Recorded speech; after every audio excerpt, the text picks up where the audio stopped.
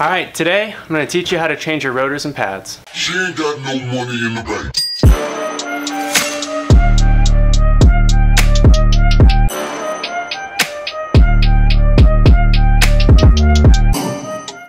First, what we got to do is loosen the lug nuts, and then we're going to jack up the car, take the wheels off, and then we'll show you what to do from there.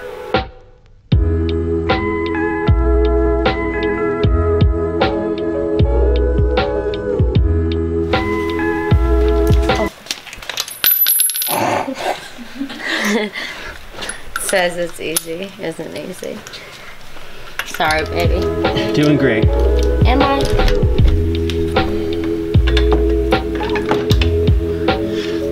Alright, so you always want to make sure that you have people to help you out. In my case, I have Harrison and Matthew, and they're going to watch my back. But if you're going to do this alone, make sure that you are just extra careful while jacking up your car and going through everything properly.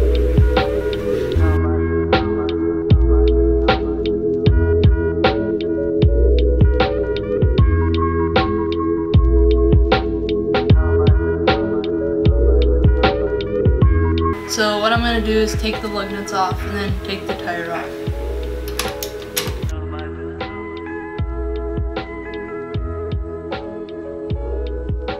One down, 4 to go. 3 to go. That was 3. my B. You said that, I was like... There is a spare wheel.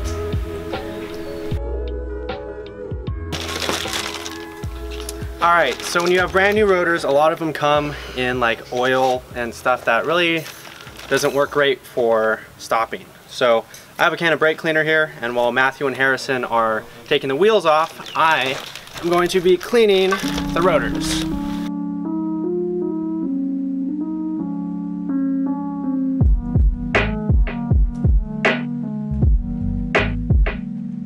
Now what you're going to want to do is get in there so you can take the caliper off, which is this part right here. Yeah. Well, these things are being really difficult.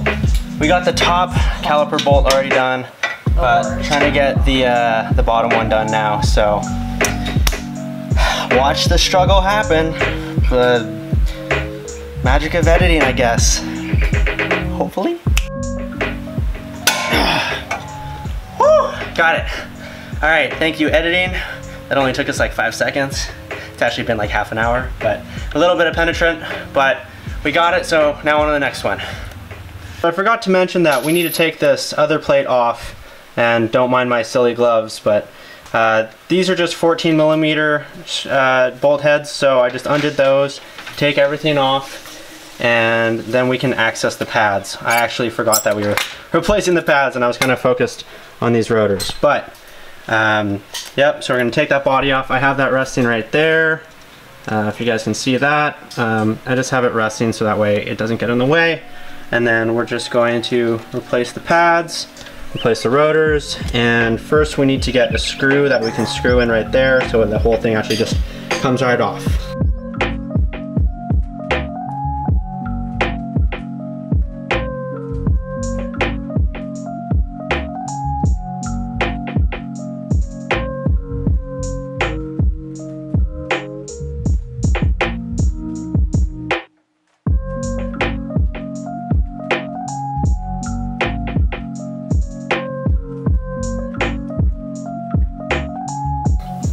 So we grease these up, and now we're gonna just put the caliper back on.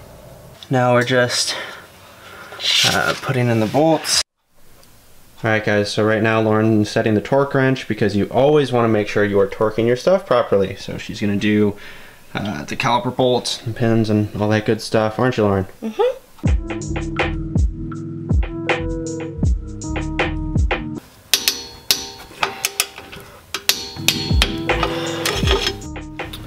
Alright guys, so I finally got everything done. I have all the calipers all torqued down. I have new brake pads, new rotors, all that stuff. I actually have all the wheels on except for this one, as you can tell. But I'm putting that on right now, and then I'm going to warm up the car, and I'm going to back it out my garage, and then I'm going to go bed in the brakes. And I will see you guys in the car in 1 second.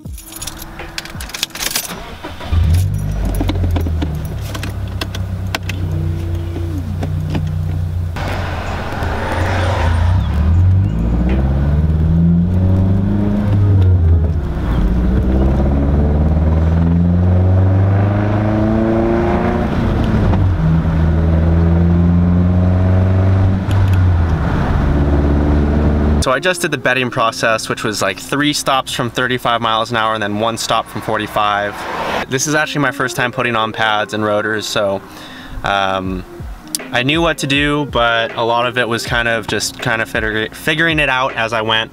And honestly, the hardest part was getting the pistons back into the caliper so I could fit it back over the pads. My old pads were so worn down, it was just hard to get that back over. Everything else was pretty easy. Barely even needed any penetrating oil. Overall, it was a pretty easy process. I feel a whole lot better than my old brakes, that's for sure. Please make sure to like, share, and subscribe. Tell all your friends about Wastegate Media. Please go check out some of our other videos right there. And we will see you guys soon. All right, see you in the next one. Bye.